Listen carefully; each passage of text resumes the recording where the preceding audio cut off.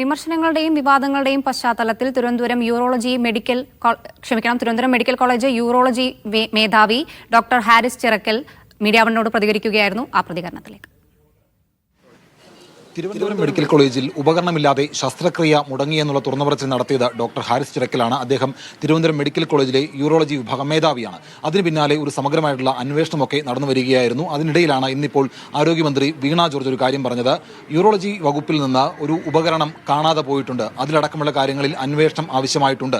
അപ്പോൾ ഡോക്ടർ ഹാരിസ് ചിറക്കലിനെ ഒരു സംശയ നിഴലിൽ നിർത്തുന്ന ഒരു പരാമർശമാണ് മന്ത്രിയുടെ ഭാഗത്തു നിന്ന് ഉണ്ടായത്. ഈ വിഷയത്തിലടക്കം പ്രതികരിക്കാൻ ഡോക്ടർ ഹാരിസ് ചിറക്കൽ ഇപ്പോൾ മീഡിയയോടൊപ്പം ചേരുകയാണ്.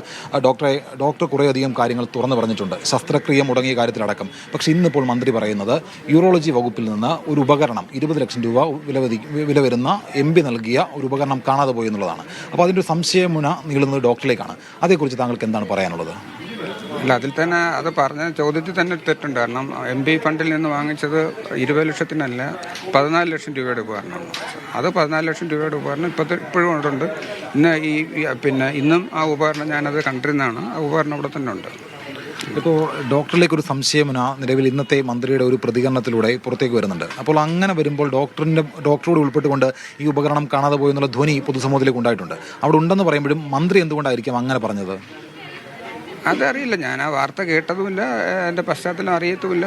എന്താണ് അന്വേഷണ സമിതി അങ്ങനെ അതിനെപ്പറ്റിയൊന്നും കാര്യമായിട്ട് അന്വേഷിച്ചിട്ടില്ല. എന്നാൽ കൂടുതലും ആൾക്കാരുടെ ഡോക്ടർമാരുടെയൊക്കെ ഇൻ്റർവ്യൂ ആണ് അവർ ചെയ്തിരുന്നത്. ഓപ്പറേഷൻ തിയേറ്ററിനകത്തുള്ള ഉപകരണങ്ങൾക്ക് അവർക്ക് കയറി പരിശോധിക്കാനുള്ള സാവകാശം കിട്ടിയില്ല. അതിന് മാത്രമല്ല അതിനുള്ള ഒരു പെർമിഷൻ അങ്ങനെ കിട്ടില്ല. അത് ഒരു ഓപ്പറേഷൻ നടന്നുകൊണ്ടിരിക്കുന്ന സമയത്ത് അവർക്ക് അകത്ത് കയറി ഉപകരണങ്ങളുടെയൊക്കെ ലിസ്റ്റ് എടുക്കാനോ അങ്ങനെ ചെക്ക് ചെയ്യാനോ എന്നുള്ള സാവകാശമോ അനുവാദമോ ഇല്ല. അങ്ങനെയൊന്നും അവരങ്ങനെ റിപ്പോർട്ടിൽ അങ്ങനെ സൂചിപ്പിച്ചിട്ടുണ്ടോ എന്ന് അറിയില്ല. കാരണം റിപ്പോർട്ട് എനിക്ക് കിട്ടിയിട്ടില്ല. അതുകൊണ്ട് അതിനെപ്പറ്റി കൂടുതൽ കിട്ടിയ ശേഷം വേണമെങ്കിൽ പറയാം. ഇതിപ്പോൾ ഏതെങ്കിലും ഒരു സമയത്ത് യൂറോളജി വകുപ്പിൽ നിന്ന് ഒരു ഉപകരണം കാണാതെ പോയെന്നോ അല്ലെങ്കിൽ കേട് സംഭവിച്ചെന്നോ അങ്ങനെ എന്തെങ്കിലും അറിവ് താങ്കൾക്കുണ്ടോ? ഏതാണ്ട് ഒരു വർഷത്തിന് മുമ്പ് ഞാൻ ചാർജ് എടുക്കുന്നതിന് മുമ്പ് ഇങ്ങനെ ഒരു ആരോപണം ഒരു ഡോക്ടർക്കെതിരെ വന്നിരുന്നു. അന്ന് അതിനെപ്പറ്റി വിശദമായിട്ട് ഇത് പത്രമാധ്യമങ്ങളിലൊക്കെ വലിയ വാർത്തയൊക്കെ ഉണ്ടായിരുന്നു.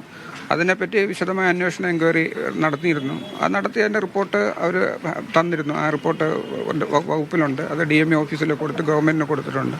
അതിനകത്തൊന്നും അതിനകത്ത് യാതൊരു തരത്തിലുള്ള അടിസ്ഥാനവും ഇല്ല. അത് ഉപകരണം കേടാക്കിയതൊന്നുമല്ല. അത് ഉപകരണം അതിൻ്റെ ചെറിയ മാനുഫാക്ചറിങ് ഡിഫക്റ്റ് ആയിരുന്നു എന്ന് പറഞ്ഞിട്ട് അതിൻ്റെ അവർ കമ്പനിക്കാർ തന്നെ അതിൻ്റെ ഡിഫക്റ്റ് ആണെന്ന് പറഞ്ഞ് അവരത് റിപ്പയർ ചെയ്ത് തന്നു.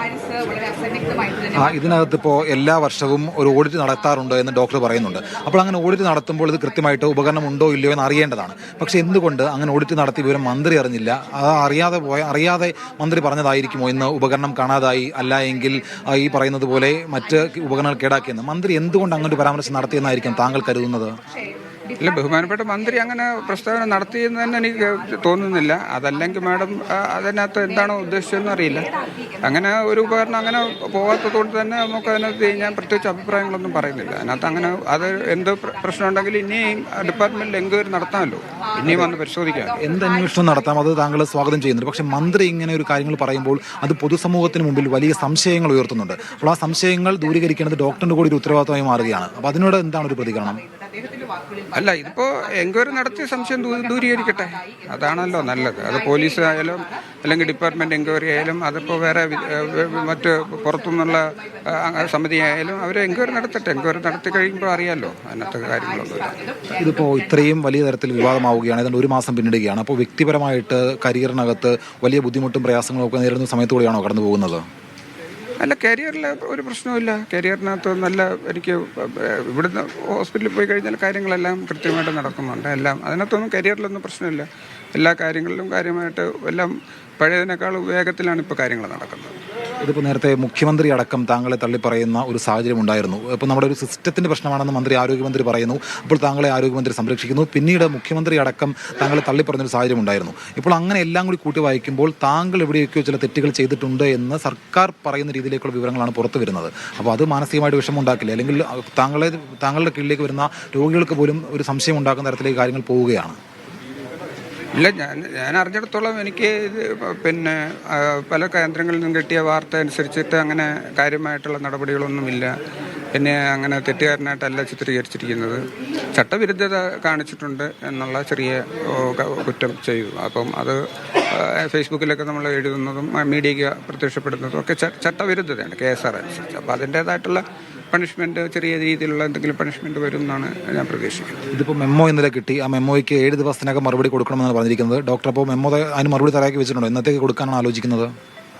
മെമ്മോ ഞാൻ വായിച്ചു നോക്കി. അതിനകത്ത് പ്രയാസകരമായ ക്വസ്റ്റ്യനൊന്നുമില്ല. വളരെ സിമ്പിളായിട്ടുള്ള 1-2 ചോദ്യങ്ങളേ ഉള്ളൂ. അതിന് എഴുതി എത്ര വേണമെങ്കിലും. ഇന്ന് എനിക്ക് ഓപ്പറേഷൻ തിയേറ്റർ ആയതുകൊണ്ട് സമയം കിട്ടില്ല. മിക്കവാറും നാളെ തിങ്കളാഴ്ച കൊടുക്കാം. അവസാനമായിട്ടൊരു ചോദ്യം കൂടി. ഇപ്പോൾ ഈ വിദഗ്ധ സമിതിയുടെ അന്വേഷണം അത് ഏത് രീതിയിലാണ്?